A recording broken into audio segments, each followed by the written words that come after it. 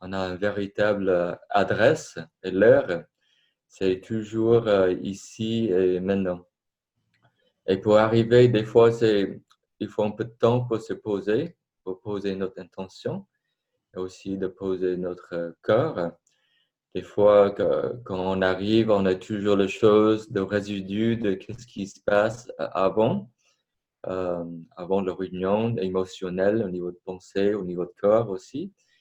Et quand on arrive aussi, on est toujours dans un état d'anticipation, peut-être de savoir qu'est-ce qui va se passer ensuite. C'est un thème très, voilà, très passionnant d'explorer. Donc, je nous invite juste à prendre un petit moment pour arriver. Ça va prendre 3 minutes et vous pouvez trouver un posture qui est confortable pour vous. Vous pouvez éventuellement fermer vos yeux. Vous pouvez prendre quelques étirements avant que vous entrez dans une posture confortable. Et dès que vous vous sentez prêt, vous pouvez simplement fermer les yeux, de sentir votre corps, arriver dans votre corps.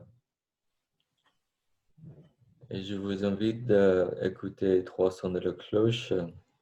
Juste porter votre attention sur le son.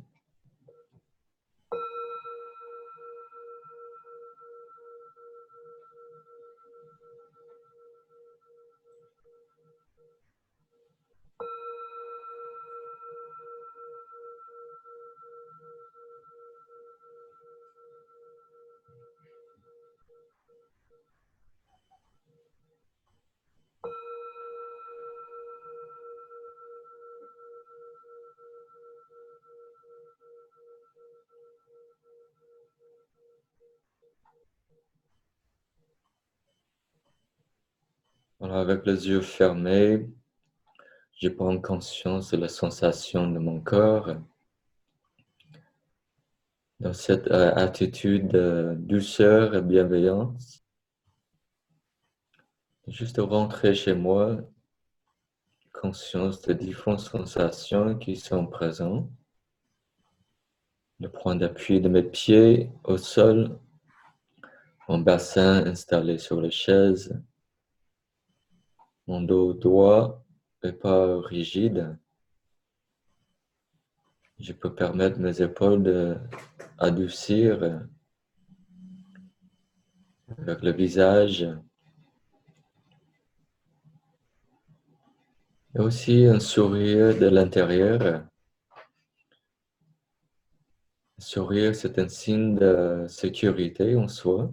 Quand on est bien chez nous.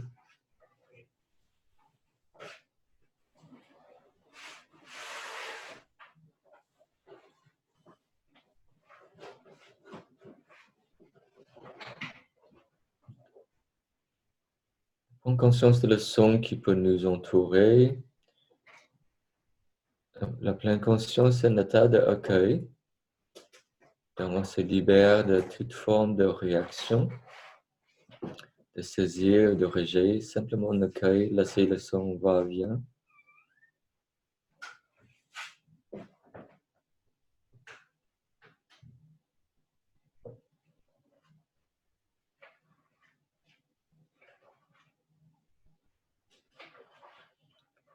Ensuite, je vous invite de prendre conscience, de porter votre attention sur le va-et-vient de votre souffle.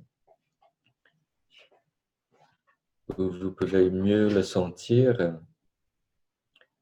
Si ça vous aide, vous pouvez prendre quelques inspires, expires profonds par la narine et doucement par la bouche.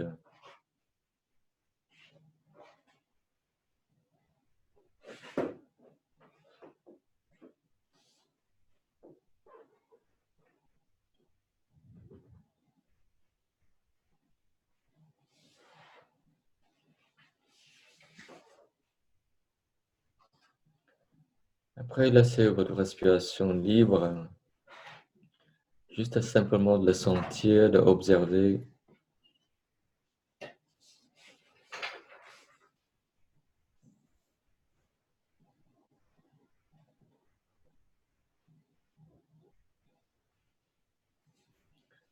Pour la sensation de votre souffle, vous pouvez le sentir au niveau de votre narine,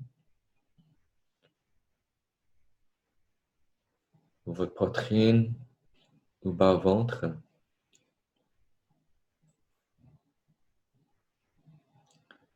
Et pendant le reste de ce temps-là, je vous invite simplement juste à apprécier cet acte de respirer, sans rien à faire, ni par où aller, juste présent ici et maintenant.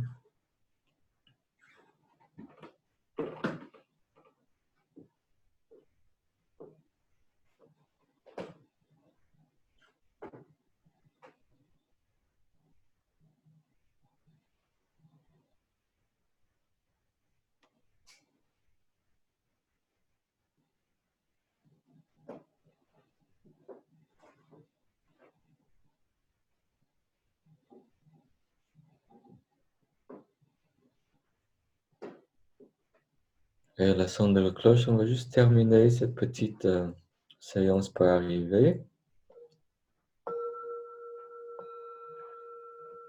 On va ouvrir nos yeux, retourner dans la salle, prendre conscience de tout ce qui se passe et on peut bouger notre corps dans une manière où il peut se sentir bien.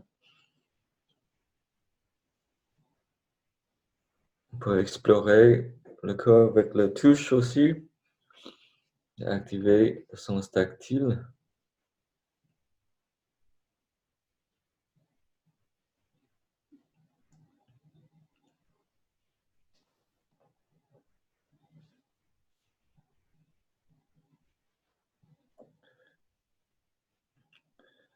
Donc, comme vous voyez, juste avec à peine quelques minutes, on peut voir déjà une différence entre notre attention, notre rapport avec notre corps et notre nous-mêmes.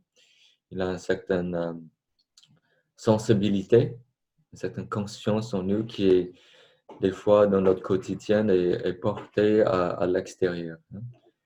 Donc, je vais juste me présenter. Après, on va entrer directement dans ce thème de la compassion. Donc, je suis Dat. Merci pour d'être là. Et merci pour avoir ce moment de partager ensemble. Cécile, vous étiez au village de Prunier, donc j'ai passé beaucoup d'années là-bas, à côté de le maître Thich Nhat Hanh, qui est maintenant en retraite finale de sa vie à 94 ans au Vietnam, où il choisit de finir sa vie. J'habite dans un lieu comme Maison au Cèdre Bleu. J'ai mis sur le chat si au cas où vous voulez visiter. Et c'est un centre que j'ai créé depuis que j'ai sorti. J'étais un moine pendant plusieurs années et je fais un apprentissage avec le maître Thich Nhat Hanh, parmi d'autres maîtres dans la tradition zen vietnamienne. Et j'ai décidé de partir pour voilà, fonder une famille, vivre une vie un peu normale dans la société française. Et depuis 2008-2009, on avait créé une association qui s'appelle la Maison au Cèdre Bleu, où maintenant on essaie de ouvrir la porte. Je travaille depuis avec des scientifiques, des psychothérapeutes, des hommes d'affaires, pour emmener un peu cette belle pratique de façon très laïque dans la société. Dans le chat, un peu, j'ai laissé un peu de mon bio. J'aime pas de trop passer le temps de parler à moi, mais c'est bien de savoir qui suis-je, vu que vous êtes là pour partager ce temps ensemble. Et je me passionne beaucoup maintenant de comment créer un certain plein conscience laïque pour que ça peut entrer dans la société basée sur la neuroscience, des études aussi, mais surtout de notre expérience, de notre transformation.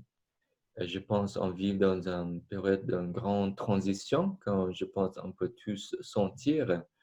On est en train de passer une étape, peut-être un ancien monde, où je pense l'individuel et le collectif souhaitent de créer un nouveau monde Je pense que c'est pour ça Rada, elle est passionnée, ce qu'elle fait à Strasbourg. Et c'est un besoin assez profond dans l'homme, voir la paix, l'amour, la sérénité, la compassion, parce que c'est ça la valeur de tous les êtres humains, si vous voyez finalement, quelle que soit notre culture, notre croyance ou notre idéologie, c'est vraiment ces valeurs qui sont le plus importantes. Même la base de toute culture qui est transmise, c'est vraiment le beau, ce qui est le beau, le vrai et le bon qu'on peut trouver dans différentes racines, on dit, spirituelles. Et ce qui me passionne maintenant, c'est voilà, comment on peut vraiment faire entrer cette belle pratique au cœur de notre société. Par exemple, en 2011, j'avais créé une formation en entreprise, pour une très très grande entreprise en France, où on est formé à 3000 personnes. Je ne sais pas si vous connaissez la groupe Casino, ça existe dans le nord. Oui, c'est plutôt Auchan dans le nord. Mais oui, j'avais cette grande occasion de créer cette formation en entreprise. Et c'était un certain succès. Je suis parti 3 ans avant. Il y a 3 ans parce que c'était plus un peu la façon de diriger, c'était plus dans la manière que voilà, j'étais aligné avec.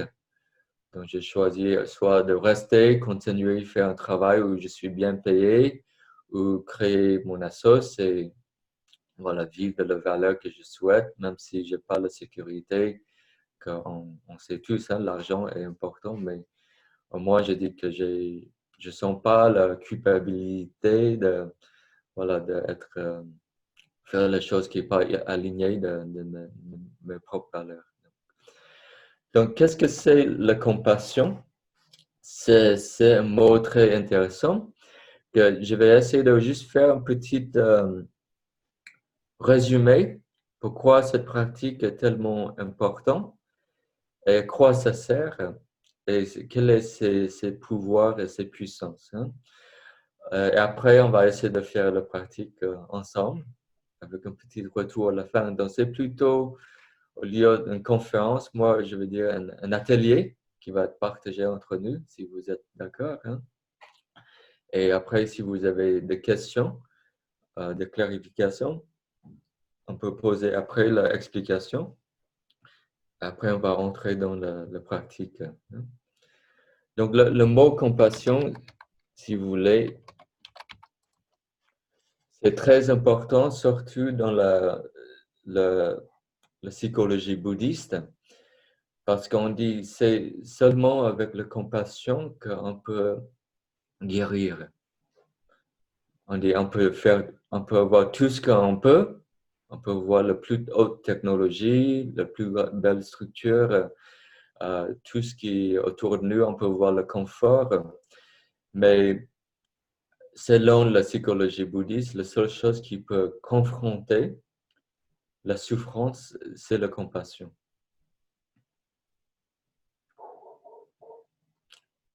Le Bouddha, il a parlé, on s'appelle les 4 nobles vues ou vérités. La première, c'est, il a parlé, il dit dans la vie, je vais écrire comme ça, vous pouvez voir sur le chat. Et dans la vie, il y a le mal-être. Même si on pense qu'on est bien, je suis sous une étoile, on dit d'avoir ce qu'on a, on est toujours d'avoir peur de le perdre. Oui? Et on souffre parce qu'on ne peut pas avoir ce qu'on a. Ça s'appelle le désir non accompli. On va souffrir aussi. Et il dit, en fait, c'est un constant cycle de, de satisfaction, d'insatisfaction on va vivre, ce cycle de vie, le moment qu'on est né jusqu'à on est mort. C'est quand on cherche le bonheur un peu ailleurs. On n'est jamais satisfait avec ce qu'on a. Ça, c'est un peu la façon que même notre société nous avait conditionnés. par notre éducation, par notre culture, d'aller chercher toujours ailleurs quelque chose de notre bonheur. Et dans la psychologie bouddhiste, on dit que c'est une grande source de souffrance parce que c'est comme un soif. Vous savez, quand on est soif, on boit, après, on a soif encore. Et vous savez, quand on mange, on est faim, après, on est faim encore.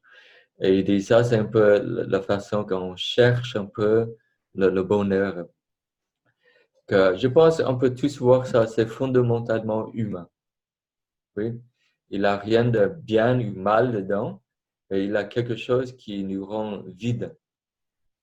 Par exemple, si j'achète un produit, euh, je vais jouer avec ce produit, ce gadget pendant une semaine. Après, je vais jeter. Un an après, c'est obsolète. Ça n'a aucun sens. Et on peut le voir ça dans notre vie. Oui, on peut voir ça d'une manière neutre. Mais il dit la plupart de nous, on a une tendance de refouler cette fait. Dans un niveau existentiel aussi, il a dit que c'est pas une grande révélation. On sait ça intellectuellement, qu'on est né, on tombe malade, on va vieillir, on va mourir. Et il dit ces trois choses, on a un certain niement, même si c'est une réalité autour de nous. C'est comme tout le monde va mourir sauf pour moi. On a tout ça programmé en nous, dans nos mécanismes de survie. On s'appelle notre cerveau reptilien. On est tout ça programmé en nous, même si on voit avec le coronavirus ou même avant le coronavirus, les gens meurent de tous les jours. Oui? Au Vietnam, les gens meurent de la faim, de la pauvreté, l'exploitation. Euh, et donc, ce n'est pas quelque chose de nouveau dans notre histoire humaine, mais il y a quelque chose en nous qui est ce qu'on s'appelle une peur fondamentale qui nous empêche de voir les choses clairement. Et la deuxième chose, c'est on dit qu'on apprend à reconnaître la souffrance. Et la seule énergie qui peut reconnaître la souffrance, c'est la compassion. Vous voyez, maintenant, notre société est pleine de peur parce qu'on n'a pas de compassion en nous. Donc, l'extrême de la compassion, c'est la peur. Oui. Et quand la peur nous envahit, on est surtout dans un mécanisme de survie. On s'appelle ça le cerveau reptilien, que notre ressource, notre sagesse, notre discernement et je pense, notre solidarité. Et la compassion, c'est très important parce que dans cette première noble vérité, la souffrance, ça va permettre de presque tenir la souffrance dans une manière très, on dit même tendre, douce. Vous savez, quand vous souffrez, quand vous êtes petit, on était tous les enfants au moment de notre vie, par exemple, et notre maman met sa main sur notre tête. Déjà, on guérit déjà. Et on cherche juste cette touche qui nous rend bien. Et c'est ça qu'on cherche dans ce qu'on s'appelle l'autocompassion, parce qu'il y a la souffrance dans l'individuel, il a la souffrance autour de nous. Mais la manière qu'on gère cette souffrance, c'est très inconscient. Quand les gens souffrent, par exemple, on va allumer la télé, ou on va manger, ou on va se distraire. Et dans la psychologie, c'est très dangereux parce que ça crée des pathologies et des névroses qui est très, très, très dur de déchiffrer. Même vous pouvez voir un bon psychologue, un bon psychothérapeute, ça va prendre des années pour des faits. Et la chose très simple que dans la psychologie bouddhiste, on essaie d'apprendre, de réapprendre, de réapproprier la façon dont on vive nos douleurs et nos émotions négatives. Donc, au lieu de le rafouler, au lieu d'exploser ou imploser, on va apprendre juste une notion très simple. Je ne sais pas si vous êtes maman ou non, ou papa. Mais c'est quand le bébé souffre, c'est une forme de souffrance, n'est-ce pas? Et notre premier instant, quand notre bébé souffre, on va prendre le bébé dans le bras. On ne va pas dire qu'est-ce que c'est votre problème, vous faites chier, voilà, qu'est-ce qui se passe. Notre premier instant de l'amour, de la compassion, c'est pas de même de résoudre le problème. Dis-moi qu'est-ce qui se passe. Oui, c'est juste de tenir ce bébé dans le bras jusqu'à maintenant, il se calme et on peut observer, on peut regarder qu'est-ce qui se passe. Peut-être le bébé, le couche est trop serré, peut-être il a faim, peut-être il n'est pas bien de la façon il est porté. Mais on s'appelle ça la sagesse.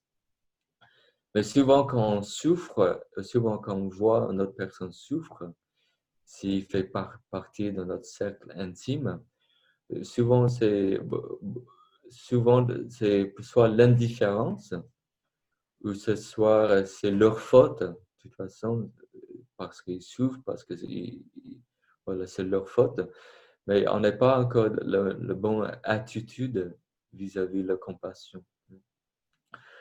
Donc, c'est le mot compassion elle-même en grec, ça veut dire de communion, entre de devenir un avec. La passion, c'est les émotions fortes, oui. Donc, si on prend ces deux mots comme passion, c'est de presque devenir un avec quelque chose. Chacun de nous, je pense qu'on vit une vie assez extraordinaire et il y a très peu de personnes qui peuvent comprendre notre souffrance, sauf pour nous-mêmes. Au moins que je marchais dans votre chaussure le jour que vous êtes né jusqu'à maintenant.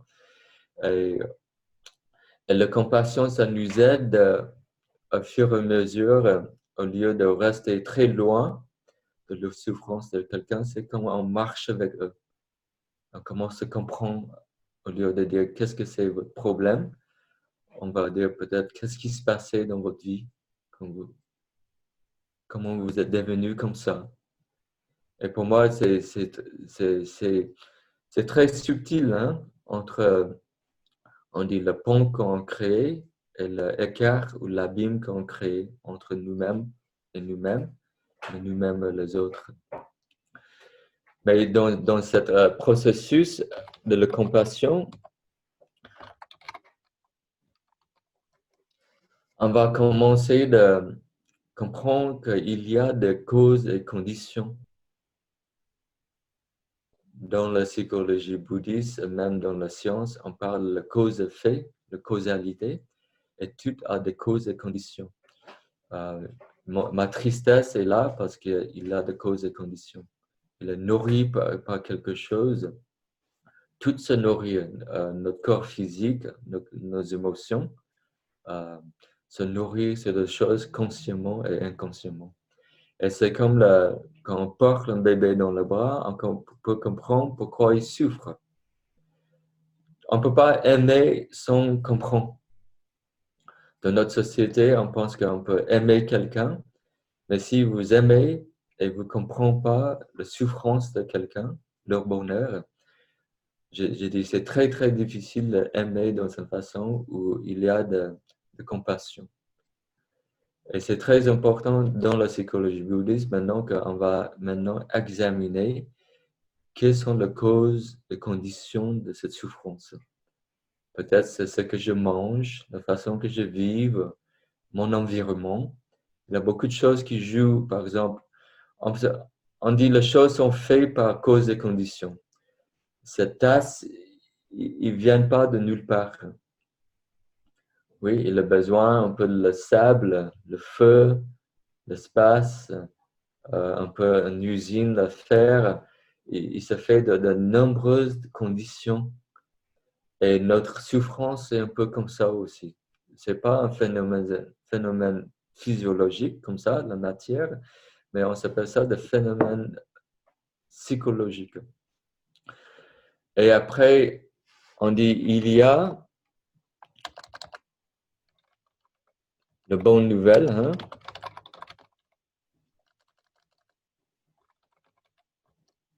Excuse-moi pour la faute d'orthographe, mais il a la fin de la souffrance. Beaucoup de notre souffrance, ils ont créé par l'homme ou nous-mêmes. Ça ne va pas dire que c'est notre faute ou par notre conditionnement, par notre l'histoire, par la façon qu'on peut pas lâcher les choses. On garde le passé en nous. Il a une histoire zen qui nous partage de cette façon où on peut garder beaucoup de choses en nous. Et même si on veut le lâcher, on ne peut pas. Parce qu'on commence à identifier avec une certaine souffrance et on croit c'est nous. Mais cette histoire, c'est il a un maître, un disciple. Et ce maître et disciple, il marche un peu le retour dans l'ermitage, dans la montagne. Et pendant leur marche sur le chemin, ils rencontrent une jolie femme, le maître, le jeune disciple. Elle voulait traverser la rivière, mais elle ne voulait pas salir sa jolie robe. Donc le vieux maître, il a décidé de porter cette jolie femme pour qu'elle ne se salit pas. Et dès qu'ils ont traversé la rivière, elle l'a déposée. Et le maître et le disciple, ils continuent le chemin à l'ermitage. Et pendant ce temps, le jeune disciple, il était fumé de colère. Tellement en colère que, vous savez, quand on garde la colère, finalement, ça explose. Et au bout de chemin, ils ont marché ensemble jusqu'à l'ermitage. Et le jeune disciple, il a explosé. Il dit, vous avez cassé les règles monastiques, vous avez porté la femme, vous n'avez pas le droit de toucher la femme, vous êtes mauvais. Et il a dit, mon jeune disciple, j'ai lâché cette femme à la rivière et vous portez toujours avec vous. Et c'est cette manière, dans cette histoire, c'est beaucoup de nos souffrances en portent facultative en nous, au lieu de lâcher. Et je pense que cette histoire, c'est très beau parce que le maître, il avait cette capacité de faire quelque chose, mais lui, il a laissé la femme à la rivière. Elle a fait son chemin. Mais le jeune disciple, il avait toujours elle en lui, qui lui fait souffrir. Et le Bouddha, il s'appelle ça la souffrance psychologique. Il a dit que quand on est frappé par une flèche, c'est déjà une expérience de douleur qu'on vit tous. On ne peut pas éviter la douleur de la vie. Mais il dit ce que nous on fait et on va faire entrer des milliers de flèches dans la même partie où on est percé. Il dit même des milliers de flèches qui sont percées dans la même zone qui va augmenter cette douleur. Il dit toute cette douleur, c'est facultatif. Et quand on parle de la fin de la souffrance, ça ne va pas dire je ne veux plus souffrir, mais je veux moins souffrir qu'avant. La douleur, on ne peut pas éviter, mais la souffrance, on peut éviter. Et on dit le quatrième, on dit noble vérité. Et il dit, il y a un chemin.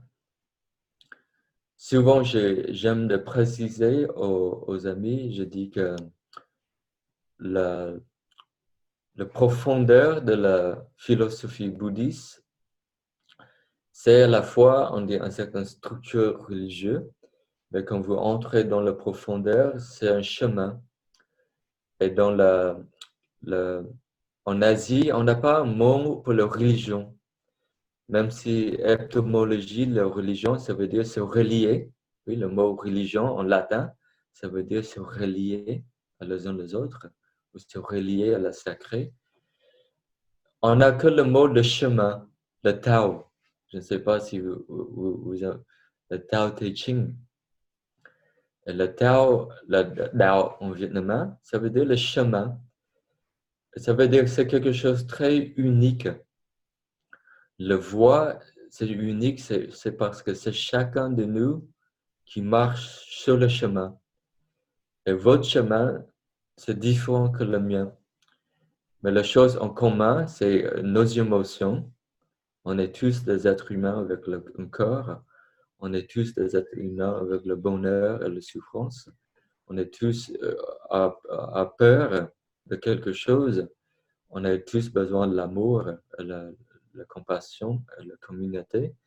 Et c'est tout ça, on dit, c'est le chemin.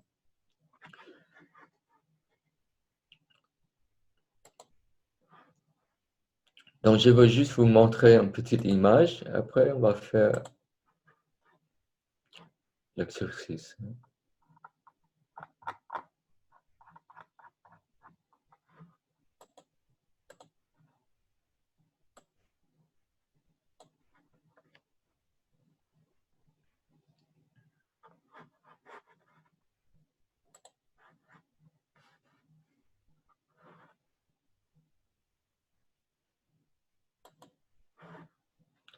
Je ne sais pas si vous connaissez cette image, mais c'est Quan Tế Âm en vietnamien, ou Quan Yin en chinois, ou Kannon en japonais, ou en sanskrit, on s'appelle Avalokiteshvara. Dans la psychologie bouddhiste, comme dans la psychologie jungienne, on a des archétypes.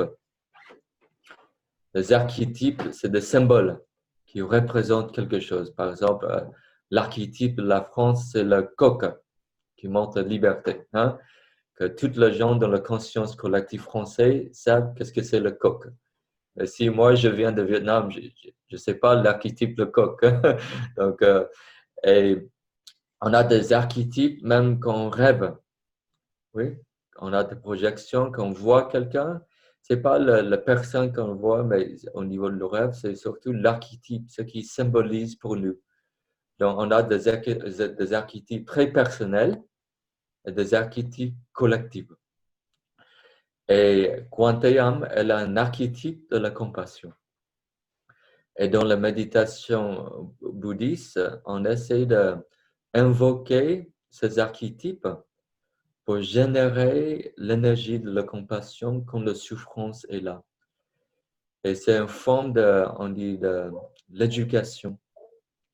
Parce que quand on souffre, réfléchissez ce que vous faites quand vous souffrez.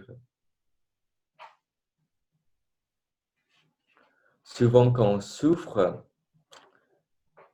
on se dévalorise dans notre société. Oui. On se juge, on se critique, on se blâme, on se condamne. Parce que c'est tellement insupportable, cette émotion en nous, il faut qu'on dégage sur quelqu'un, nos enfants, notre société, mais il faut que ça sorte, pour que ça, on a un certain soulagement temporaire. Oui. Mais c'est ça la puissance de la compassion, l'amour, parce qu'on dit c'est la seule énergie qui peut rencontrer avec beaucoup de l'ouverture la souffrance, soit physique et psychologique. Et on va faire une dernière contemplation, un exercice, méditation. Et cette méditation, on va juste invoquer au début le nom de Avalokiteshvara. Je vais le faire en vietnamien parce que c'est mon langage maternel. Et ça va juste nous aider d'entrer dans cette compassion en nous. Et c'est qu'on va faire en 3 temps. On va écouter le chant. Et le premier temps, quand on écoute ce chant, on peut fermer nos yeux, juste être dans un état très relax et réceptif. On va juste contempler qu'en moi, il y a de souffrance. Sinon, je ne fais pas souffrir mes enfants, mes amis. Oui, il y a de souffrance en moi que je dois apprendre à reconnaître. Vous savez, le déni de notre souffrance, c'est tellement un point maintenant de notre société que les hôpitaux sont, même avant le Covid, si vous travaillez dans le monde de santé, notre prisons sont débordées, oui, notre maisons de retraite sont débordées, parce que la manière qu'on vit la souffrance, c'est dans ce déni. Et tant que j'ai dit, tant que nous, on n'a pas rencontré cette souffrance en nous-mêmes, on peut pas faire, on peut faire les choses, mais je ne pense pas que ça va améliorer la situation, mais ça va peut-être empirer. Mais on ne peut pas faire des choses qui vont faire avancer dans notre rapport humain. Dans le bouddhisme, on regarde toujours soi-même d'abord. Même quand on parle de l'amour, c'est toujours l'amour propre, que j'ai mon propre amour, que si je n'aime pas moi-même, je vais être un peu comme un enfant pauvre. Je vais chercher des émotions affectives autour de moi toute ma vie et peut-être je ne vais jamais trouver. Oui. Et ce que j'ai appris d'abord avec mon maître, quand j'ai fait ce grand chemin avec lui, il dit, il faut que tu apprennes d'abord d'aimer toi-même et de voir la compassion pour toi-même. Il dit, si tu ne fais pas ce pas, on peut parler de grande philosophie, on peut parler de grande théologie, mais si je n'arrive pas à appliquer ça à moi, je reste comme un médecin sans connaissance. Je ne peux pas soigner quelqu'un, ni moi-même. Et le deuxième, quand on chante, on invoque ce chant et cette énergie de la compassion, c'est on va essayer de donner ça, cette énergie autour de nous, parce que je sais que en chacun de nous, il y a aussi la tristesse, la solitude, la peur. C'est pour ça qu'on réagit dans une manière qui est, des fois, on dit surmesurée. Quand on est pris dans la peur, notre réaction, c'est toujours surmesurée. Oui? Parce qu'on est peur, comme un animal, ou un enfant, ou quelqu'un qui a plus de confiance. Vous savez, les gens qui ont un trauma, ils n'ont plus confiance dans personne. Oui, parce que le cerveau, maintenant, il apprend de se protéger. Et même, ils ont un point où ils ne peuvent plus être avec eux-mêmes. Et cette compassion, c'est là qu'il est encore très puissant. Je pense dans notre monde, dans cette période, on peut le voir, ces actes de compassion. Je pense dans des hôpitaux, et surtout dans le supermarché, dans la société. Mais dès que les choses reviennent aux normes, on va oublier. On dit en anglais, it's back to business. Tout est back to business. Et la troisième chose, de ne pas oublier que je pense que les gens, ils ont tendance à oublier parce qu'on regarde trop de journaux qu'il y a des milliers de gens qui meurent tous les jours de la pauvreté. Notre assoce ici, par exemple, j'envoie les choses à les écoles au Vietnam parce qu'il y a des enfants toujours qui souffrent de la guerre. On pense que la guerre de Vietnam est finie, mais il y a des gens qui souffrent de la bombe parce que la bombe, il entre dans la terre, on fait pousser les légumes, on mange et les enfants sont nés déformés. Et nous, il faut prendre conscience de ça parce que ça nous aide à vivre avec beaucoup de gratitude, de l'humilité, de simplicité. Et des fois, même si j'ai un certain repas devant moi, j'ai beaucoup de gratitude parce que je dis que, voilà, on dit 2 tiers du monde, il ne peut pas manger un repas par jour. Et ça, finalement, cette compassion, ce n'est pas seulement de ne pas, on dit, nier la souffrance, mais c'est de confronter maintenant avec un peu je pense, de dignité. De dignité, de noblesse. Et le mot de compassion, ça veut dire aussi, c'est pas passif la compassion, et c'est pas faible. Vous voyez, Mère Thérèse, une sœur Emmanuel, un abbé Pierre, et c'est dans l'action. Oui, quand notre cœur est motivé par l'amour, par exemple, moi, je suis prêt de mourir pour mes enfants. Je n'ai pas besoin de réfléchir, oui, parce que je sais qu'ils viennent de moi. Oui. Et les grands êtres, ils cultivent cette compassion, qu'ils peuvent commencer à voir que le monde fait partie d'eux aussi. Et ça, c'est notre entraînement. C'est vraiment de faire petit à petit, d'ouvrir un peu cette compassion, en commençant avec nous-mêmes, après autour de nous. Des fois, la compassion, c'est très ferme. Hein? Ça ne veut pas dire on fait l'autre chose, accepter tout. Hein? Il ne faut pas penser qu'on laisse tout faire. Hein?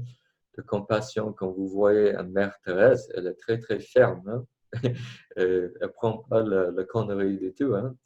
Comme le maître Thich Nhat Hanh, il était quelqu'un de très doux, mais quelqu'un de très ferme. Et il m'avait donné toujours une métaphore de la compassion, parce qu'il dit, on est peur de la compassion parce qu'on pense que c'est une faiblesse. Et surtout comment l'homme est conditionné dans notre société. Comment on pense que si on montre notre amour et la compassion, les gens vont nous profiter de nous. Mais dans la psychologie bouddhiste, on dit la compassion, il a toujours la sagesse, le discernement. On dit la compassion, pour finir, c'est cette image de le nuage. Vous savez, le nuage, il peut produire la pluie très douce qui peut nourrir toute la terre. Mais le nuage peut aussi produire le tonnerre, le foudre, qui sont très puissants. Et je pense que mon intention aujourd'hui pour montrer que la compassion, ce n'est pas une faiblesse, mais c'est une force, c'est un courage. Le mot courage, ça vient du mot cœur en latin aussi. Tout ce qui est lié à notre cœur, c'est l'oreille puissant que nous, on avait oublié pour la compétition, la dominance, toujours plus, oui. Et notre travail, c'est de juste simplement lier à cette simplicité qui est, je pense, là et autour de nous. OK, donc on va entrer dans notre exercice. Ça va durer 10 minutes. Donc, juste encore prendre un petit moment pour redécouvrir votre corps avec quelques étirements, déroulement de vos épaules pour relâcher. Explorer le cervical. Il y a beaucoup de tensions ici qui sont cachées. Si vous baillez, ça veut dire que vous êtes en train d'activer votre système parasympathique. Le système parasympathique, ça nous aide à entrer dans le repos, la relaxation, la détente.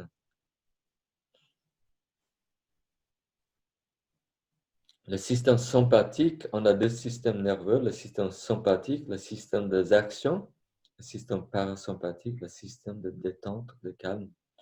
Et souvent, le système sympathique, il est trop stimulé dans notre journée.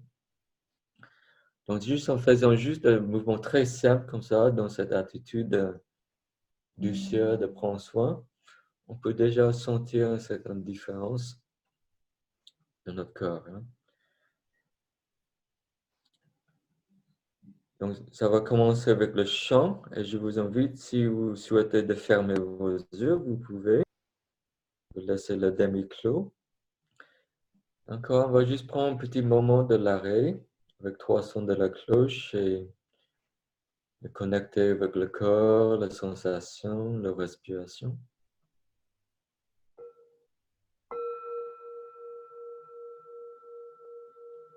Prenez conscience de votre inspire et expire.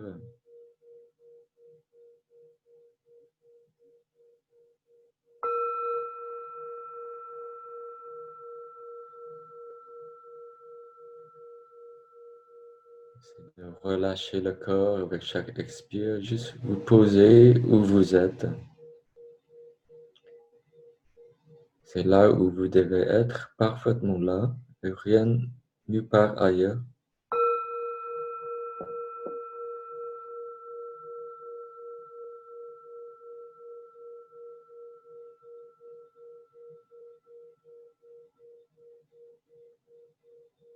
On commencera avec le chant, et c'est en 3 temps. Juste générer cette énergie de la compassion.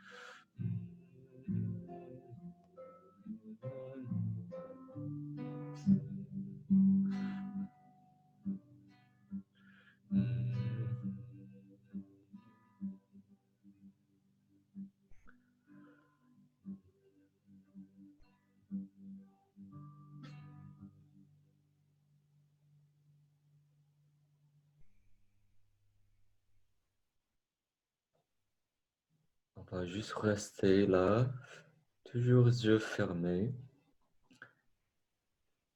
et juste prendre conscience de la sensation dans le corps qui sont présents. Quel que soit notre état physique ou psychique, on va simplement laisser être, laisser le vivre, mais dans cette énergie de la compassion, l'amour bienveillante. Si ça vous aide, vous pouvez prendre conscience de le va-et-vient de votre souffle pour vous ancrer mieux dans la sensation présente. Rappelons-nous que la pleine conscience, il a cette qualité d'accueillir ce qui est là. Ce qui est là, des fois, c'est agréable, on peut réjouir, apprécier, profiter pleinement. Des fois, ce qui est là est désagréable. On peut apprendre de les accueillir, de les accepter.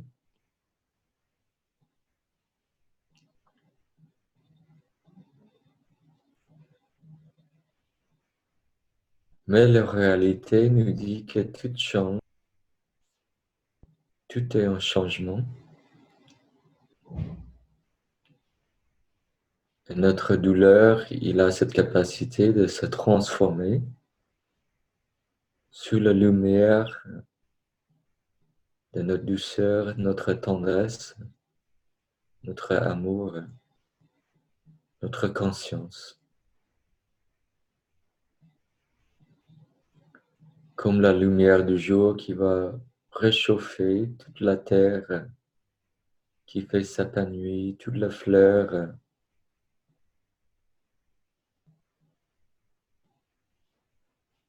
et qui nous donne la chaleur humaine.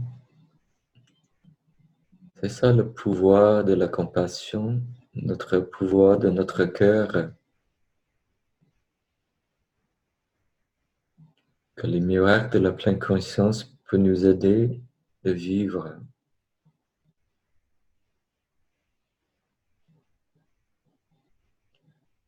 Ensuite, laissez toutes les images se fassent.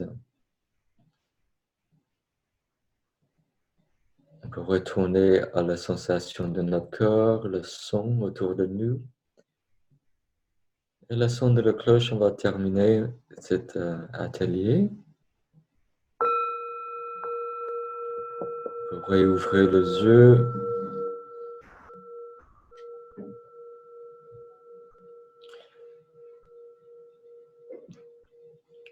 Et je ne sais pas si Rada peut réallumer le micro.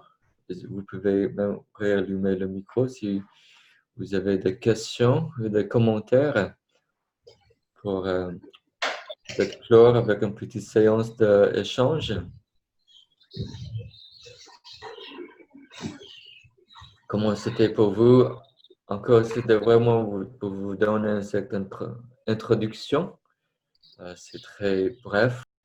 On a une véritable adresse et l'heure, c'est toujours ici et maintenant. Et pour arriver, des fois, il faut un peu de temps pour se poser, pour poser notre intention et aussi de poser notre corps. Des fois, quand on arrive, on a toujours les choses, le résidu de ce qui se passe avant la réunion émotionnelle, au niveau de pensée, au niveau de corps aussi.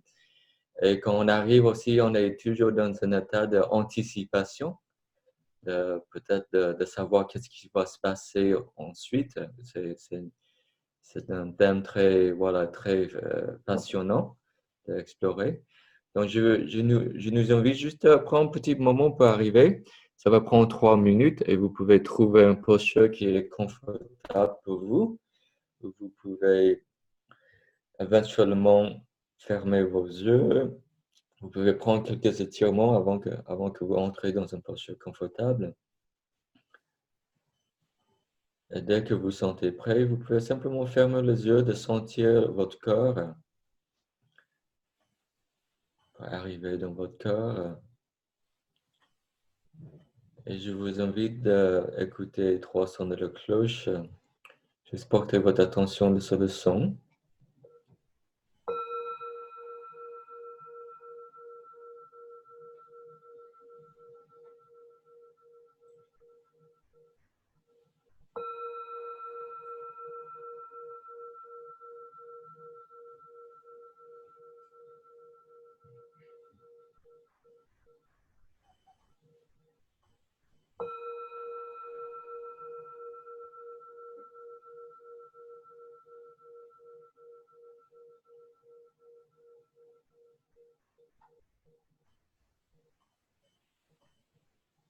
Voilà, avec les yeux fermés, je prends conscience de la sensation de mon corps. Dans cette attitude de douceur et bienveillance, juste rentrer chez moi, conscience de différentes sensations qui sont présentes. Le point d'appui de mes pieds au sol, mon bassin installé sur les chaises, mon dos droit et pas rigide. Je peux permettre mes épaules d'adoucir avec le visage. Et aussi un sourire de l'intérieur. Un sourire, c'est un signe de sécurité en soi. Quand on est bien chez nous.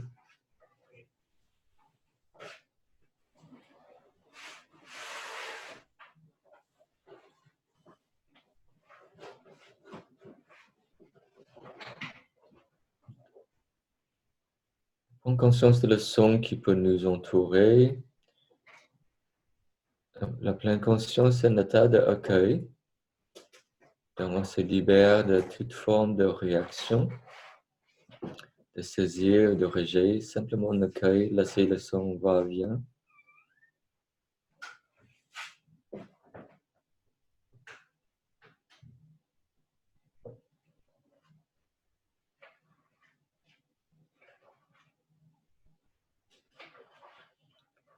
Ensuite, je vous invite de prendre conscience, de porter votre attention sur le va-et-vient de votre souffle. où vous pouvez mieux le sentir. Si ça vous aide, vous pouvez prendre quelques inspires, expires profonds par la narine et doucement par la bouche.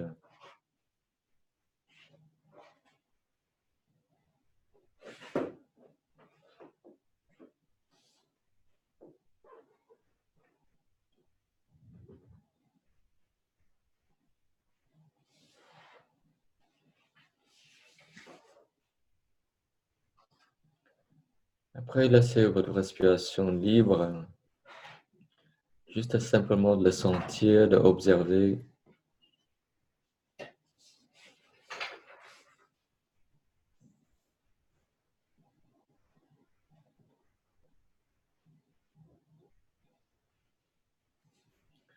Quand la sensation de votre souffle, vous pouvez le sentir au niveau de votre narine,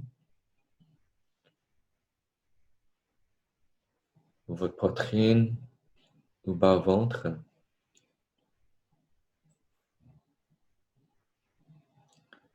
Et pendant le reste de ce temps-là, je vous invite simplement juste à apprécier cet acte de respirer, sans rien à faire, nous par où aller, juste présent ici et maintenant.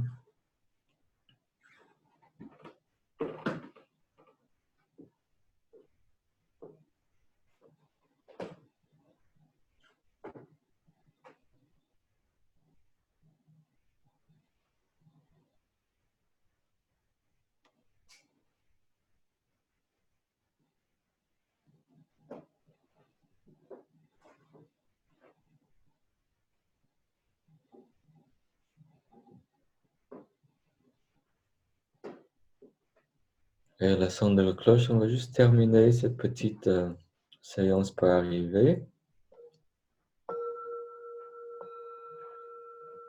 On va ouvrir nos yeux, retourner dans la salle, prendre conscience de tout ce qui se passe et on peut bouger notre corps dans une manière où il peut se sentir bien. On peut explorer le corps avec la touche aussi, et activer le sens tactile.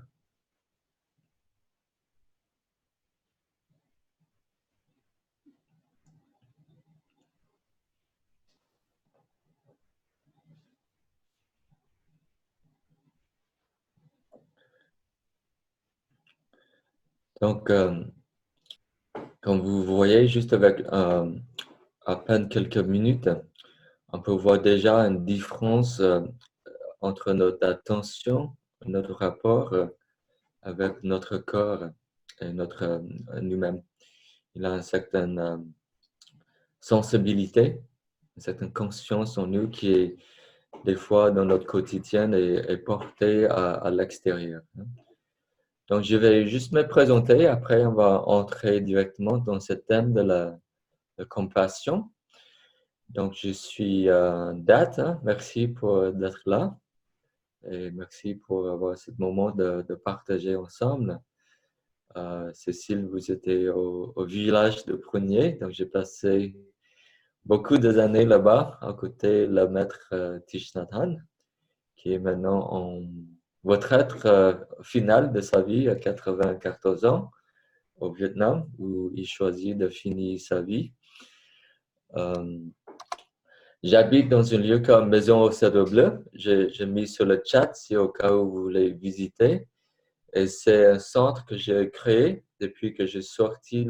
J'étais un moine pendant plusieurs années et j'ai fait un apprentissage avec le maître Thich Nhat Hanh, parmi d'autres maîtres dans la tradition zen vietnamienne. Et j'ai décidé de partir pour voilà, fonder une famille, vivre une vie un peu normale dans la société française. Et depuis 2008-2009, on avait créé une association qui s'appelle la Maison Cèdre Bleu, où maintenant on essaie d'ouvrir la porte. Je travaille depuis avec des scientifiques, des psychothérapeutes, des hommes d'affaires, pour emmener un peu cette belle pratique de façon très laïque dans la société.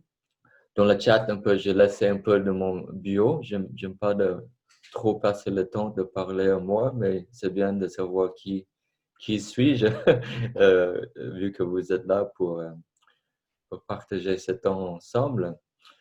Et je me passionne beaucoup maintenant de comment créer un certain plein conscience laïque pour que ça peut entrer dans la société basée sur la neuroscience, des études aussi, mais surtout de notre expérience, de notre transformation.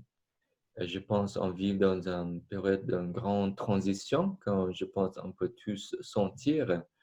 On est en train de passer une étape, peut-être un ancien monde, où je pense l'individuel et le collectif souhaitent de créer un nouveau monde. Je pense que c'est pour ça Rada, elle est passionnée, ce qu'elle fait à Strasbourg. Et c'est un besoin assez profond dans l'homme, de voir la paix, l'amour, la sérénité, la compassion, parce que c'est ça la valeur de tous les êtres humains, si vous voyez finalement, quelle que soit notre culture, notre croyance ou notre idéologie, c'est vraiment ces valeurs qui sont le plus importantes. Même la base de toute culture qui est transmise, c'est vraiment le beau, ce qui est le beau, le vrai et le bon qu'on peut trouver dans différentes racines, on dit, spirituelles. Et ce qui me passionne maintenant, c'est voilà, comment on peut vraiment faire entrer cette belle pratique au cœur de notre société. Par exemple, en 2011, j'avais créé une formation en entreprise, pour une très grande entreprise en France, où on est formé à 3000 personnes. Je ne sais pas si vous connaissez la groupe Casino, ça existe dans le nord. Oui, c'est plutôt Auchan dans le nord. Mais oui, j'avais cette grande occasion de créer cette formation en entreprise. C'était un certain succès. Je suis parti 3 ans avant, il y a 3 ans, parce que c'était plus un peu la façon de diriger, c'était plus dans la manière que voilà, j'étais aligné avec. Donc, j'ai choisi soit de rester, continuer à faire un travail où je suis bien payé, ou créer mon assos et voilà, vivre de la valeur que je souhaite, même si je n'ai pas la sécurité, on sait tous, hein, l'argent est important, mais moi, je dis que je ne sens pas la culpabilité de, voilà, faire les choses qui ne sont pas alignées de mes propres valeurs. Donc, qu'est-ce que c'est la compassion? C'est un mot très intéressant que je vais essayer de juste faire un petit résumé pourquoi cette pratique est tellement importante et à quoi ça sert et quels sont ses pouvoirs et ses puissances. Hein.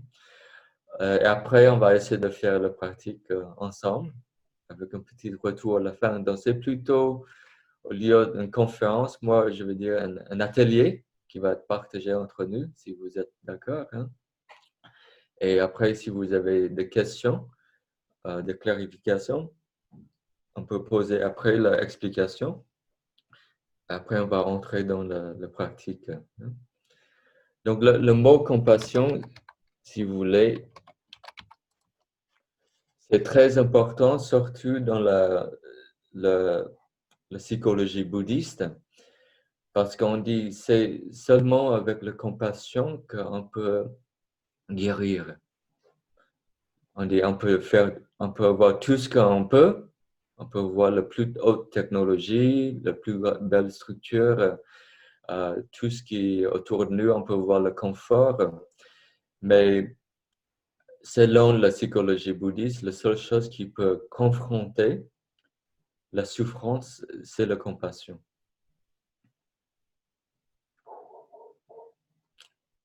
Le Bouddha, il a parlé, on s'appelle les 4 nobles vues ou vérités. Le premier, c'est, il a parlé, il dit dans la vie, je vais écrire comme ça, vous pouvez voir sur le chat. Et dans la vie, il y a le mal-être. Même si on pense qu'on est bien, je suis sous une étoile, on dit d'avoir ce qu'on a, on est toujours d'avoir peur de le perdre. Oui? Et on souffre parce qu'on ne peut pas avoir ce qu'on a. Ça s'appelle le désir non accompli. On va souffrir aussi.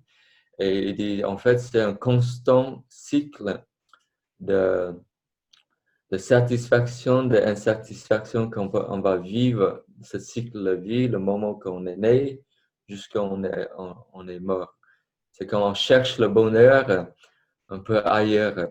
On n'est jamais satisfait avec ce qu'on a.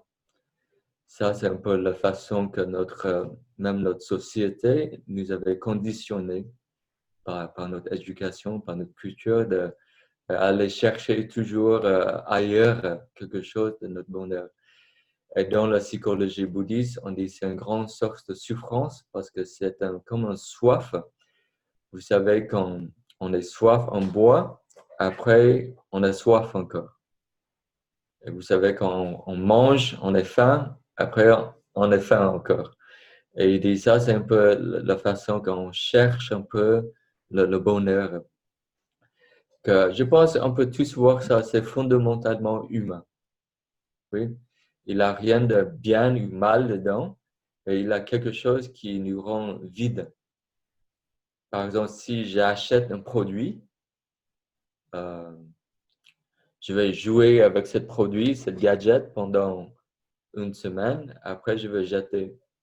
Un an après, c'est obsolète. Ça n'a aucun sens. Et on peut le voir ça dans notre vie. Oui, on peut voir ça d'une manière neutre. Mais il dit la plupart de nous, on a une tendance de refouler cette fait. Dans un niveau existentiel aussi, il a dit que c'est pas une grande révélation. On sait ça intellectuellement, qu'on est né, on tombe malade, on va vieillir, on va mourir. Et il dit ces trois choses, on a un certain niement, même si c'est une réalité autour de nous. C'est comme tout le monde va mourir sauf pour moi. On a tout ça programmé en nous, dans nos mécanismes de survie. On s'appelle notre cerveau reptilien. On est tout ça programmé en nous, même si on voit avec le coronavirus ou même avant le coronavirus, les gens meurent de tous les jours. Oui? Au Vietnam, les gens meurent de la faim, la pauvreté, l'exploitation. Et donc, ce n'est pas quelque chose de nouveau dans notre histoire humaine, mais il y a quelque chose en nous qui est ce qu'on s'appelle une peur fondamentale qui nous empêche de voir les choses clairement. Et la deuxième chose, c'est on dit quand on apprend de reconnaître la souffrance, et la seule énergie qui peut reconnaître la souffrance, c'est la compassion. Vous voyez, maintenant, notre société est pleine de peur parce qu'on n'a pas de compassion en nous. Donc, l'extrême de la compassion, c'est la peur. Oui. Et quand la peur nous envahit, on est surtout dans un mécanisme de survie. On s'appelle ça le cerveau reptilien, que notre ressource, notre sagesse, notre discernement et je pense, notre solidarité. Et la compassion, c'est très important parce que dans cette première noble vérité, la souffrance, ça va permettre de presque tenir la souffrance dans une manière très, on dit même tendre, douce. Vous savez, quand vous souffrez, quand vous êtes petit, on était tous les enfants au moment de notre vie, par exemple, et notre maman met sa main sur notre tête. Déjà, on guérit déjà. Et on cherche juste cette touche qui nous rend bien. Et c'est ça qu'on cherche dans ce qu'on s'appelle l'autocompassion. parce que il a la souffrance dans l'individuel, il a la souffrance autour de nous. Mais la manière quand on gère cette souffrance, c'est très inconscient. Quand les gens souffrent, par exemple, on va allumer la télé, ou on va manger, ou on va se distraire. Et dans la psychologie, c'est très dangereux parce que ça crée des pathologies et des névroses qui est très, très, très dur de déchiffrer. Même vous pouvez voir un bon psychologue, un bon psychothérapeute, ça va prendre des années pour des faits.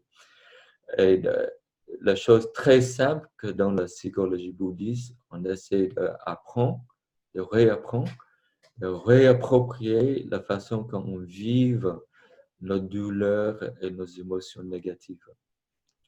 Donc, au lieu de le rafouler, au lieu d'exploser ou imploser, on va apprendre juste une notion très simple. Je ne sais pas si vous êtes maman ou non, ou papa, mais c'est quand le bébé souffre, c'est une forme de souffrance, n'est-ce pas? Et notre premier instant, quand notre bébé souffre, on va prendre le bébé dans le bras. On ne va pas dire qu'est-ce que c'est votre problème, vous faites chier, voilà, qu'est-ce qui se passe.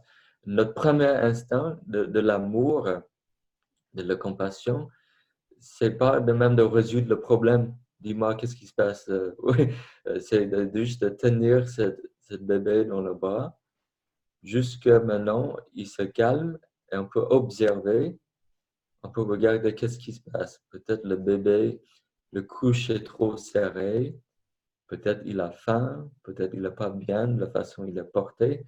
Mais on s'appelle ça la sagesse. Mais souvent quand on souffre, souvent quand on voit une autre personne souffre, s'il fait partie de notre cercle intime, souvent c'est soit l'indifférence ou ce soit c'est leur faute, de toute façon, parce qu'ils souffrent, parce que voilà, c'est leur faute. Mais on n'a pas encore la bonne attitude vis-à-vis de la compassion. Donc, c'est le mot compassion elle-même en grec, ça veut dire de communion, entre de devenir un avec. La passion, c'est les émotions fortes, oui. Donc, si on prend ces deux mots comme passion, c'est de presque devenir un avec quelque chose. Chacun de nous, je pense qu'on vit une vie assez extraordinaire et il y a très peu de personnes qui peuvent comprendre notre souffrance, sauf pour nous-mêmes. Au moins que je marchais dans votre chaussure le jour que vous êtes né jusqu'à maintenant. Et la compassion, ça nous aide au fur et à mesure, au lieu de rester très loin de la souffrance de quelqu'un, c'est quand on marche avec eux. On commence à comprendre, au lieu de dire qu'est-ce que c'est votre problème, on va dire peut-être qu'est-ce qui se passait dans votre vie, comment vous êtes devenu comme ça. Et pour moi, c'est très subtil hein, entre, on dit, le pont qu'on crée et l'écart ou l'abîme qu'on crée entre nous-mêmes et nous-mêmes les autres. Mais dans ce processus de la compassion, on va commencer de comprendre qu'il y a des causes et conditions. Dans la psychologie bouddhiste, même dans la science, on parle de cause-effet, de causalité, et tout a des causes et conditions. Ma tristesse est là parce qu'il a des causes et conditions. Il est nourri par quelque chose. Tout se nourrit, notre corps physique, nos émotions, se nourrit de choses consciemment et inconsciemment. Et c'est comme quand on porte un bébé dans le bras, on peut comprendre pourquoi il souffre. On ne peut pas aimer sans comprendre. Dans notre société, on pense qu'on peut aimer quelqu'un, mais si vous aimez et vous ne comprenez pas la souffrance de quelqu'un, leur bonheur, j'ai dit, c'est très, très difficile d'aimer dans une façon où il y a de compassion. Et c'est très important dans la psychologie bouddhiste maintenant qu'on va maintenant examiner quelles sont les causes, les conditions de cette souffrance. Peut-être c'est ce que je mange, la façon que je vis, mon environnement. Il y a beaucoup de choses qui jouent. Par exemple, on dit les choses sont faites par cause des conditions. Cette tasse, ils ne viennent pas de nulle part. Oui, il a besoin un peu de le sable, le feu, l'espace, un peu une usine, le fer. Il se fait de nombreuses conditions. Et notre souffrance est un peu comme ça aussi. Ce n'est pas un phénomène physiologique comme ça, la matière, mais on s'appelle ça des phénomènes psychologiques.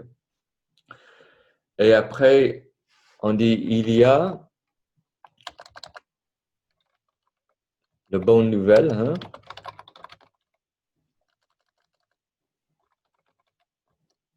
Excuse-moi pour la faute d'orthographe, mais il a la fin de la souffrance.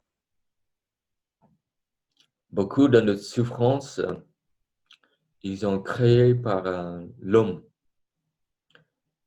ou nous-mêmes. Ça ne va pas dire que c'est notre faute ou par notre conditionnement, par notre l'histoire, par la façon qu'on peut pas lâcher les choses. On garde le passé en nous. Il a une histoire zen qui nous partage de cette façon où on peut garder beaucoup de choses en nous. Et même si on veut le lâcher, on ne peut pas. Parce qu'on commence à identifier avec une certaine souffrance et on croit c'est nous. Mais cette histoire, c'est il a un maître, un disciple. Et ce maître et disciple, il marche un peu le retour dans l'ermitage, dans la montagne. Et pendant leur marche sur le chemin, ils rencontrent une jolie femme. Le maître, le jeune disciple, elle voulait traverser la rivière, mais elle ne voulait pas salir sa jolie robe. Donc le vieux maître, il a décidé de porter cette jolie femme pour qu'elle ne se salit pas. Et dès qu'ils ont traversé la rivière, elle l'a déposée. Et le maître et le disciple, ils continuent le chemin à l'ermitage. Et pendant ce temps, le jeune disciple, il était fumé de colère. Tellement en colère que, vous savez, quand on garde la colère, finalement, ça explose. Et au bout de chemin, ils ont marché ensemble jusqu'à l'ermitage. Et le jeune disciple, il a explosé. Il dit, vous avez cassé les règles monastiques, vous avez porté la femme, vous n'avez pas le droit de toucher la femme, vous êtes mauvais. Et il a dit, mon jeune disciple, j'ai lâché cette femme à la rivière et vous portez toujours avec vous. Et c'est cette manière, dans cette histoire, c'est beaucoup de nos souffrances, on porte facultative en nous, au lieu de lâcher. Et je pense que cette histoire, c'est très beau parce que le maître, il avait cette capacité de faire quelque chose, mais lui, il a laissé la femme à la rivière. Elle a fait son chemin. Mais le jeune disciple, il avait toujours elle en lui, qui lui fait souffrir. Et le Bouddha, il s'appelle ça la souffrance psychologique. Il a dit que quand on est frappé par une flèche, c'est déjà une expérience de douleur qu'on vit tous. On ne peut pas éviter la douleur de la vie. Mais il dit ce que nous on fait et on va faire entrer des milliers de flèches dans la même partie où on est percé. Il dit même des milliers de flèches qui sont percées dans la même zone qui va augmenter cette douleur. Il dit toute cette douleur, c'est facultatif. Et quand on parle de la fin de la souffrance, ça ne va pas dire je ne veux plus souffrir, mais je veux moins souffrir qu'avant. La douleur, on ne peut pas éviter, mais la souffrance, on peut éviter. Et on dit le quatrième, on dit noble vérité. Et il dit, il y a un chemin souvent, j'aime de préciser aux amis, je dis que la, la profondeur de la philosophie bouddhiste, c'est à la fois, on dit, une certaine structure religieuse, mais quand vous entrez dans la profondeur, c'est un chemin. Et en Asie, on n'a pas un mot pour la religion. Même si étymologie, la religion, ça veut dire se relier. Oui, le mot religion en latin, ça veut dire se relier à les uns les autres, ou se relier à la sacrée. On n'a que le mot de chemin, le Tao. Je ne sais pas si vous avez le Tao Te Ching.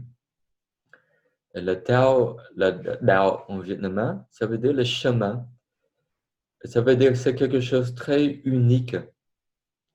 Le voie, c'est unique, c'est parce que c'est chacun de nous qui marche sur le chemin. Et votre chemin, c'est différent que le mien. Mais la chose en commun, c'est nos émotions. On est tous des êtres humains avec un corps. On est tous des êtres humains avec le bonheur et la souffrance. On est tous à peur de quelque chose.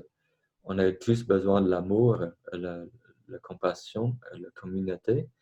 Et c'est tout ça, on dit, c'est le chemin.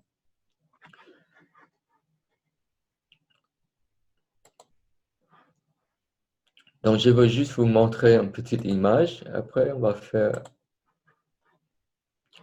l'exercice.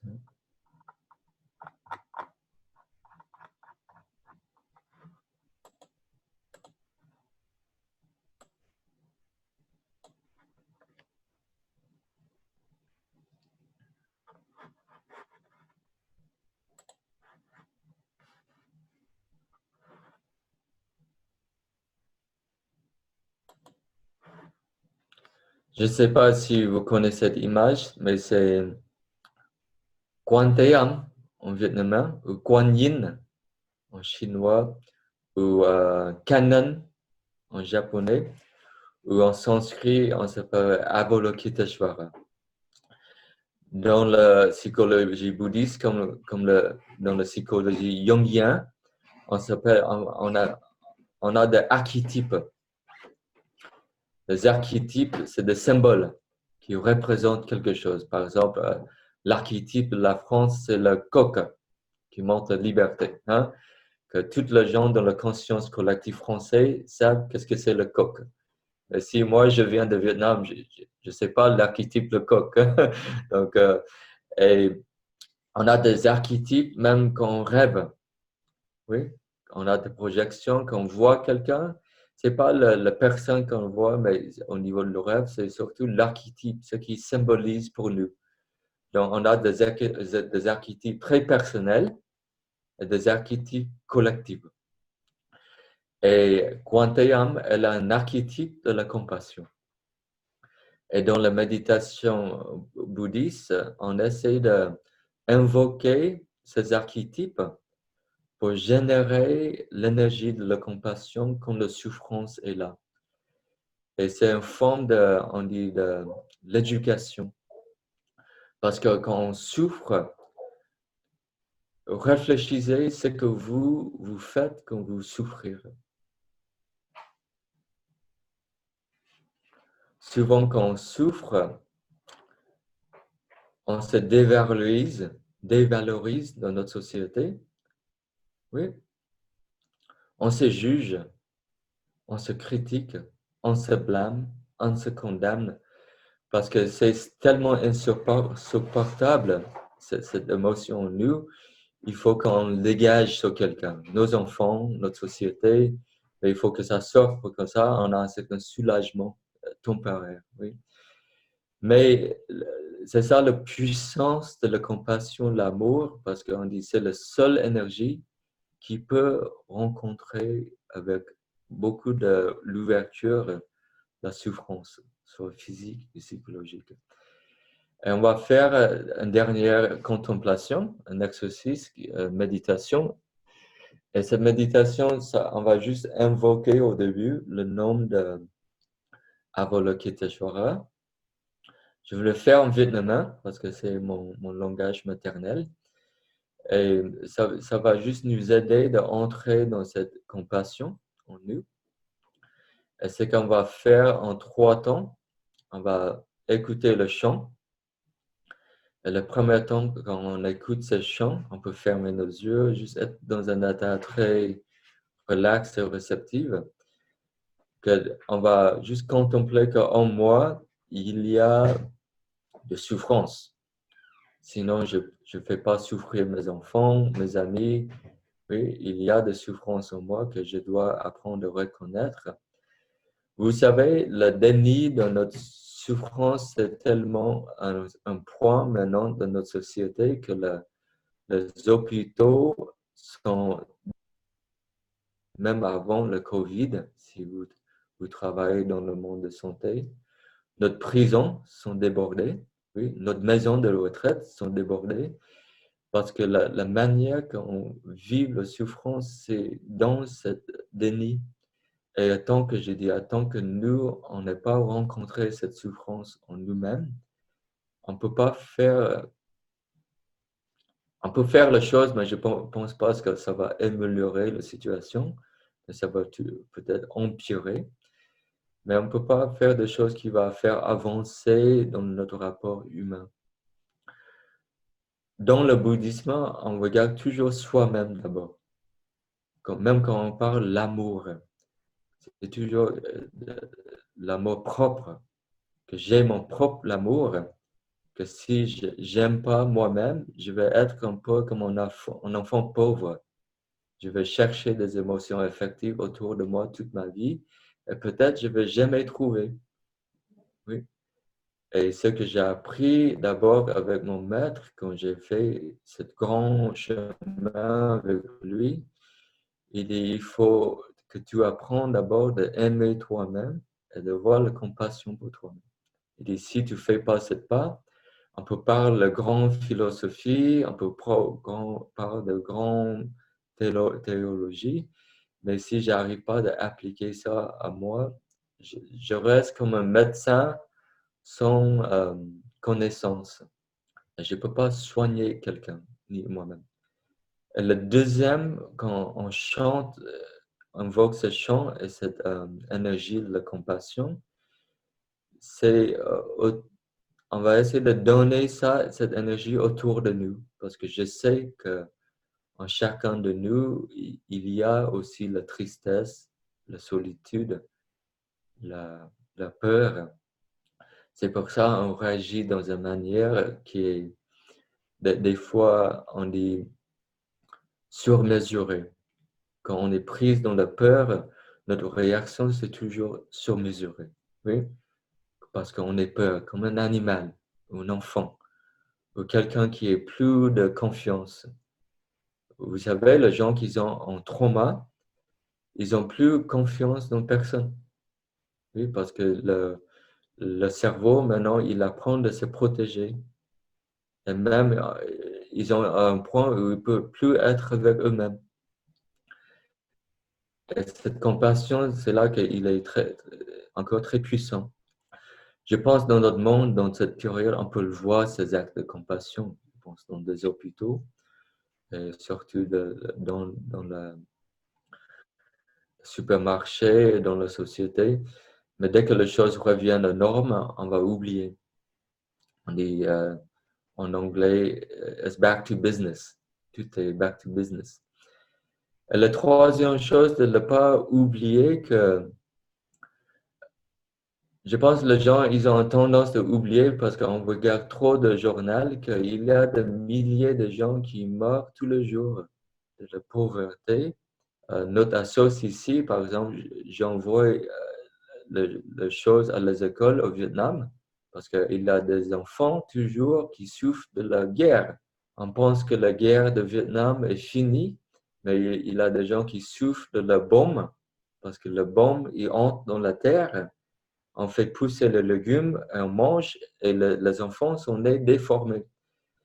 Et nous, il faut prendre conscience de ça parce que ça nous aide à vivre avec beaucoup de gratitude, de l'humilité, de simplicité.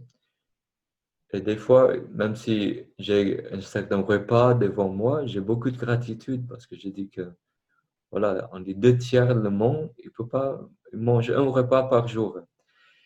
Et ça, finalement, cette compassion, c'est pas seulement de pas, on dit, nier la souffrance, mais c'est de confronter maintenant avec un peu de, je pense, de dignité, de noblesse. Et le mot de compassion, ça veut dire aussi, c'est pas passif la compassion, et c'est pas faible. Vous voyez, une Mère Thérèse, une Sœur Emmanuel, un Abbé Pierre, et c'est dans l'action, oui, quand notre cœur est motivé par l'amour. Par exemple, moi, je suis prêt de mourir pour mes enfants. Je n'ai pas besoin de réfléchir, oui, parce que je sais qu'ils viennent de moi. Oui. Et les grands êtres, ils cultivent cette compassion, qu'ils peuvent commencer à voir que le monde fait partie d'eux aussi. Et ça, c'est notre entraînement. C'est vraiment de faire petit à petit, d'ouvrir un peu cette compassion, en commençant avec nous-mêmes, après autour de nous. Des fois, la compassion, c'est très ferme. Hein? Ça ne veut pas dire on fait l'autre chose, accepter tout. Hein? Il ne faut pas penser qu'on laisse tout faire. Hein? La compassion, quand vous voyez une Mère Thérèse, elle est très, très ferme. Hein? Elle ne prend pas la connerie du tout. Hein? Quand le maître Thich Nhat Hanh, il était quelqu'un de très doux, mais quelqu'un de très ferme. Et il m'avait donné toujours une métaphore de la compassion, parce qu'il dit on est peur de la compassion parce qu'on pense que c'est une faiblesse. Et surtout comment l'homme est conditionné dans notre société. Comment on pense que si on montre notre amour et la compassion, les gens vont nous profiter de nous. Mais dans la psychologie bouddhiste, on dit la compassion, il a toujours la sagesse, le discernement. On dit la compassion, pour finir, c'est cette image de le nuage. Vous savez, le nuage, il peut produire la pluie très douce qui peut nourrir toute la terre. Mais le nuage peut aussi produire le tonnerre, le foudre, qui sont très puissants. Et je pense que mon intention aujourd'hui pour montrer que la compassion, ce n'est pas une faiblesse, mais c'est une force, c'est un courage. Le mot courage, ça vient du mot cœur en latin aussi. Tout ce qui est lié à notre cœur, c'est l'oreille puissant que nous, on avait oublié pour la compétition, la dominance, toujours plus, oui. Et notre travail, c'est de voilà, juste simplement lier à cette simplicité qui est, je pense, là et autour de nous. OK, donc on va entrer dans notre exercice. Ça va durer 10 minutes. Donc, juste encore prendre un petit moment pour redécouvrir votre corps avec quelques étirements, déroulement de vos épaules pour relâcher. Explorer le cervical. Il y a beaucoup de tensions ici qui sont cachées. Si vous baillez, ça veut dire que vous êtes en train d'activer votre système parasympathique. Le système parasympathique, ça nous aide à entrer dans le repos, la relaxation, la détente.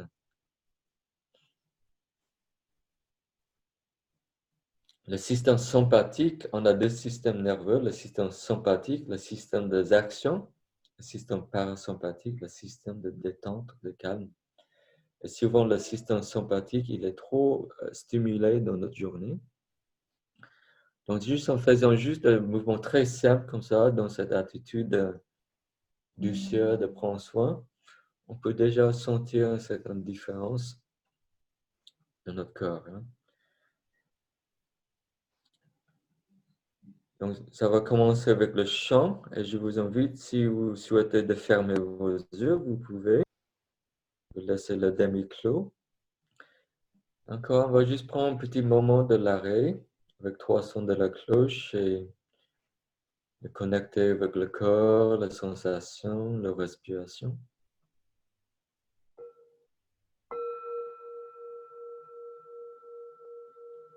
Prenez conscience de votre inspire et expire.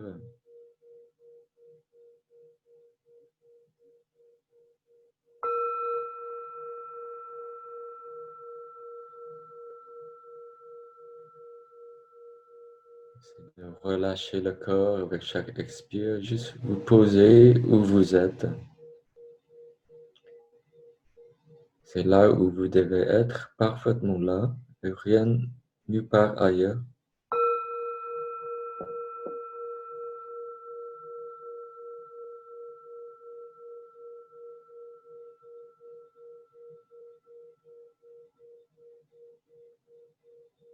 On commencera avec le chant, et c'est en 3 temps. Juste générer cette énergie, la compassion.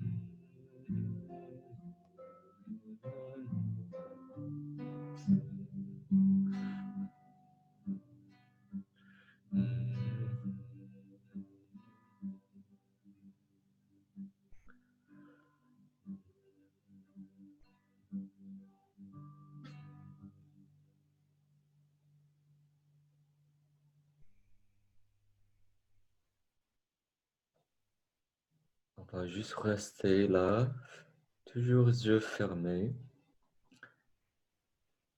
Et juste prendre conscience de la sensation dans le corps qui sont présents. Quel que soit notre état physique ou psychique, on va simplement laisser être, laisser le vivre, mais dans cette énergie de la compassion, l'amour bienveillante. Si ça vous aide, vous pouvez prendre conscience de le va-et-vient de votre souffle pour vous ancrer mieux dans la sensation présente. Rappelons-nous que la pleine conscience, il a cette qualité d'accueillir ce qui est là. Ce qui est là, des fois, c'est agréable, on peut réjouir, apprécier, profiter pleinement. Des fois, ce qui est là est désagréable. On peut apprendre de les accueillir, de les accepter.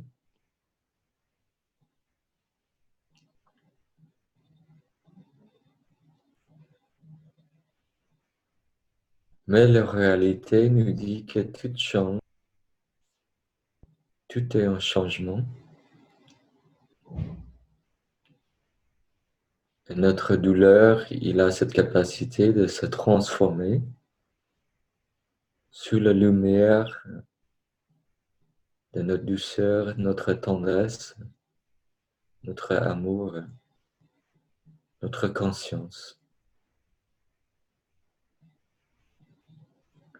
Comme la lumière du jour qui va réchauffer toute la terre, qui fait s'épanouir toutes les fleurs,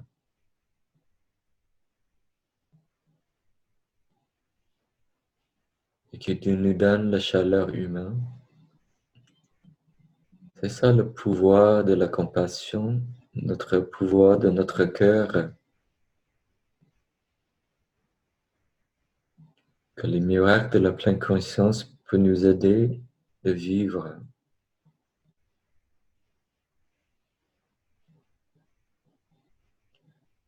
Ensuite, de laisser toutes les images se fassent. On peut retourner à la sensation de notre corps, le son autour de nous. Et le son de la cloche, on va terminer cet atelier. On peut réouvrir les yeux.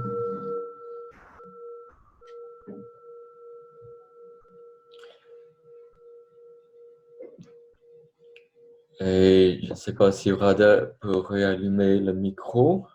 Vous pouvez même réallumer le micro si vous avez des questions ou des commentaires pour clore avec une petite séance d'échange. Comment c'était pour vous? Encore, c'était vraiment pour vous donner une certaine introduction. C'est très bref.